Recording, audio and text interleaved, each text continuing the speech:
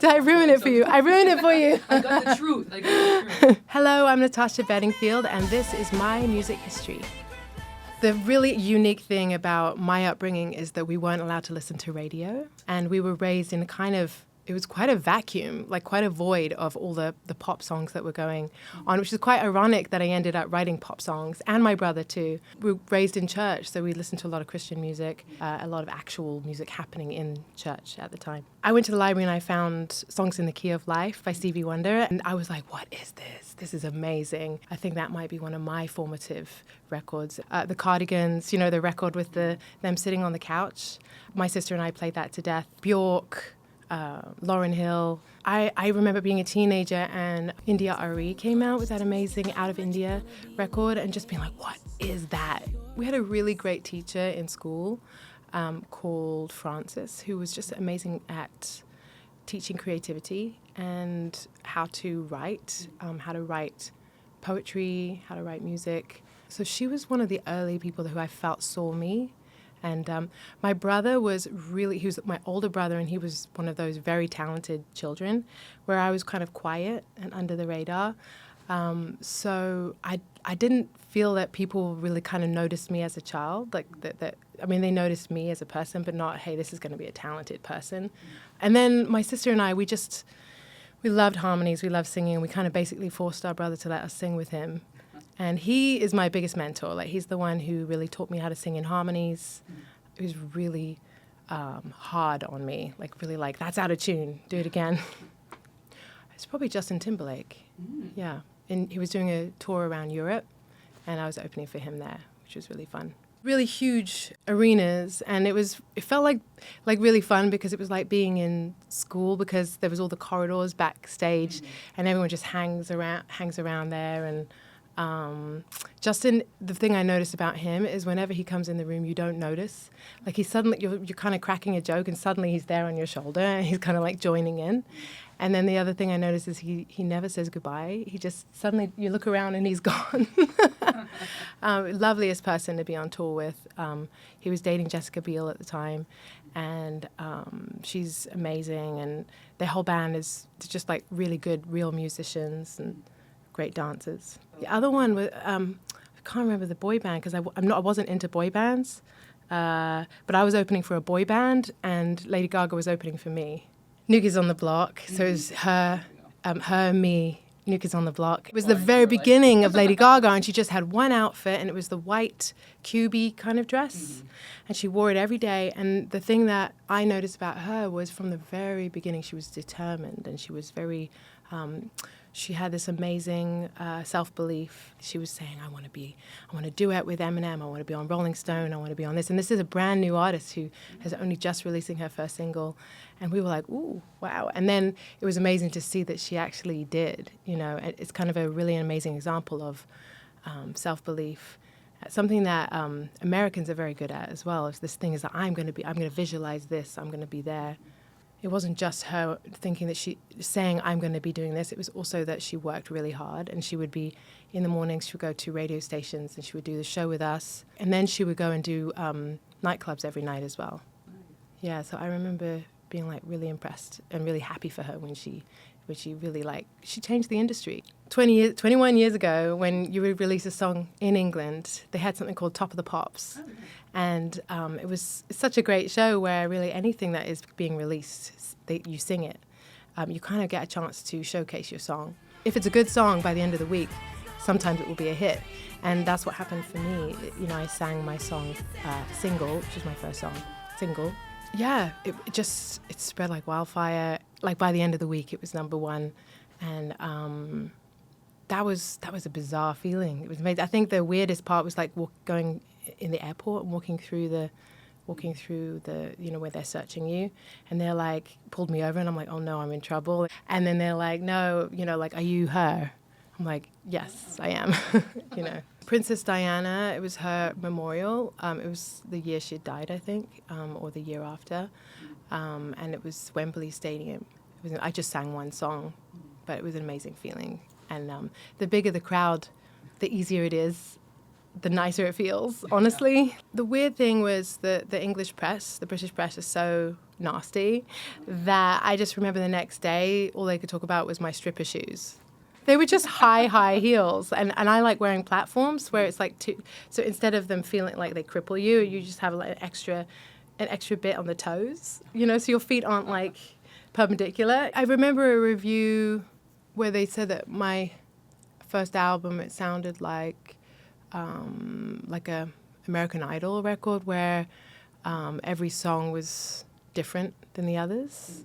And I was like, fair enough, because what they were saying was that it was really exactly what had happened was that every song was written by me and different writers. So it didn't have like one producer all the way through. So every song had like a different sounds that were being used. And I really thought that was a good critique, that on albums since then, I'm much more like, what's the actual overall sound of the album? I feel like I felt like I had autonomy from the beginning, because I was quite lucky. I was signed by some songwriters who really did let me be part of the whole process, including the production.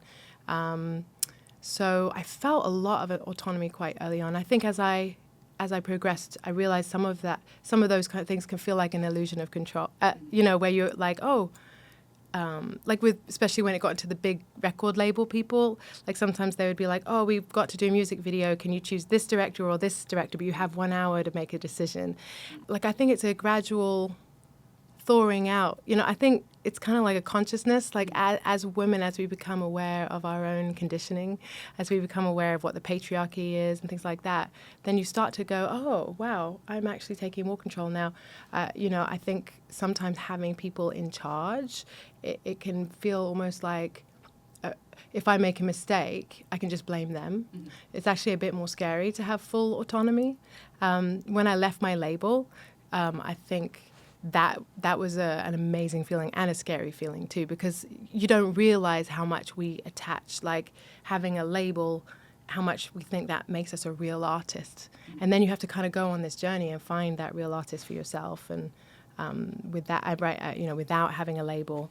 And I do think it's a very exciting time for artists right now, because you don't need to have a label. And you have artists like Ray, who are, I was at the Brits a year ago, and all these record companies were there. And then she won all the awards, and all the labels were upset. You could see them just kind of fuming and leaving, literally. But she's an unsigned artist and who's doing her own thing, and it's much more authentic, and that's what people want. I get claustrophobic, and I really didn't like being in the mask. See ya.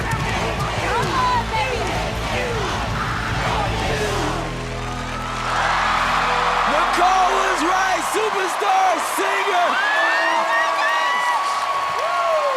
Natasha Bedingfield.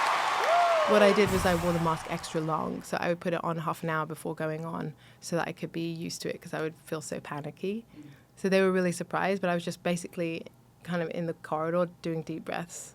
I literally did not like it. I needed to be like, let me out. It's the weirdest show. You're not allowed to talk to anybody. In the back? No, you don't. Really? No, they hide you from the other contestants. You wear something that says "Don't talk to me," and you wear a mask the whole time, even backstage. It's the most lonely show, and they're great, but it's just a bizarre thing. Well, I'm sorry. It's a good show, though. It's a good show. I like watching the show from the other side of the mask. Yes. Yeah, it's amazing when you sing a song like that and people haven't heard it yet, because they're just listening. And then by the end of by the end of the few months that you've been promoting it, they're screaming it with you. It's that moment when people are singing along with all of their heart, that you go, this is something special, and it's not something that's just about me, And I think in pop music, a lot of times artists on stage, they're kind of selling themselves. Mm-hmm. As well, like, hey, worship me. I'm a genius. Yes, bow down. I think there's a little element of that, like especially like Michael Jackson era. You could see how he was like actually literally an idol, and a lot of pop music is like that. It's kind of creating this illusion of a perfect person. But I think with a song like Unwritten, it really is like there's something in the song itself that has captured people, and that's what I love. It's my greatest joy, my greatest achievement of what I really My big desire was that I could make music that would become people's anthem, become something for them. I loved it when I watched Easy A because a family member, when they first heard Pocketful of Sunshine, had told me that it was an annoying song. I got a pocket full of sunshine. I got a love and I know that it's all I know. Oh, whoa. Take me away, a secret place, a sweet escape, holiday. And so it was funny to me that that's what Emma's character was saying. She's like, most annoying song ever. And then it ended up being like an earworm that kind of got into her kind of being of who she is, and she ends up kind of loving it. And I felt like a kind of a good FU to that family member of like, yeah, well, maybe it was annoying, but maybe it was also important. Also, my label made me rewrite the verse a few times because the guy at my label, the big boss, he was like, I like the song, but I don't know if I like the song, does that mean that other people won't? Because I like some really cool dark stuff. So like I don't, so maybe we need to make it more pop. Like, or maybe that verse is a chorus. So I try to write we try to write different verses, but we just had to keep coming back to like, this is how it has to be. And yeah. And I would love to meet Emma Stone. That's someone who I've never met, who I just would love to, because I feel like she's a riot.